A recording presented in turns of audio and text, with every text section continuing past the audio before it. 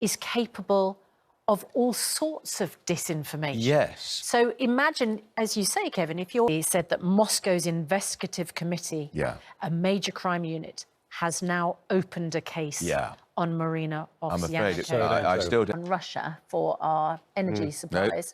So we're going to another country where we also have concerns about the leader. Exactly.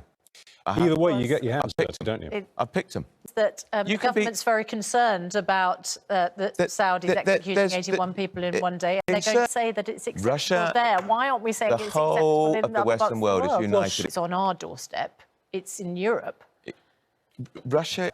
That's as far as we're going to go. But if they're mild, we can tolerate it. Yes, that's right. The devastating effect that COVID has had in terms of the performance of cancer and waiting times targets. This is now officially, according to the Public Accounts Committee of MPs. Waiting lists for treatment, currently just over 6 million people waiting for treatment, likely to grow for the next few years, and performance against targets will be poor. The NHS hasn't met the 18-week target for people to receive treatment in England since 2016. How are we going to on fuel bills and get rid of the national insurance price? In the charge that she was found guilty of yesterday was in an official, Russia says, because they can say one thing, it's like Humpty Dumpty. Words mean what they choose them to mean, you know, and everything changes. But we'll obviously keep on that story. That combined is our top story this morning. Coming up, we'll be speaking to a disinformation specialist in Ukraine who has vowed to stay there, filming and collecting evidence of war crimes, destructions and direct war crimes in Ukraine. But first, here's Charlotte with... Look at the weather, and Laura is back in the studio. Morning. Morning.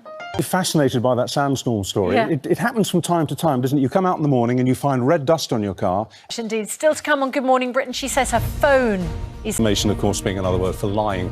But first, we're going to get the news, the travel and the weather wherever you're watching. See you in a moment. Right, let's have a look at the front pages of today's newspapers. As Richard says, COVID cases. I mean, how concerned should we be? We're going to talk about that after the break. With Dr. Hillary. Not seen him for a while either. You're watching Good Morning Britain on ITV. See you in a moment. 6:49. I don't know if Boris Johnson's watching you guys. I'm sure. Release a statement from the Middle East. Asked about what we care about. So that's quite right too. Well, because it's the competition. Your chance to win £80,000. Here's Andy with the details.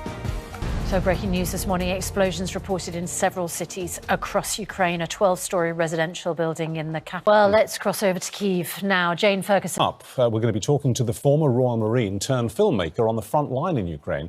He reports that he's seen completely inexperienced Brits, I mean, guys who've never picked up a gun in their lives, arriving to fight Russia as if it's some kind of computer war game. He says he can't seem to get it through to them that this is for real. He calls them the PlayStation generation. The PlayStation generation, that's his phrase, who think that just because they've done something online means that they can go out there and fight. I know. He's trying to warn them off. And of course, they don't care that it could be illegal what they're doing in terms of what happens when they come home. Anyway, we'll get to that with him a bit later. But at 7:08, almost 7:09.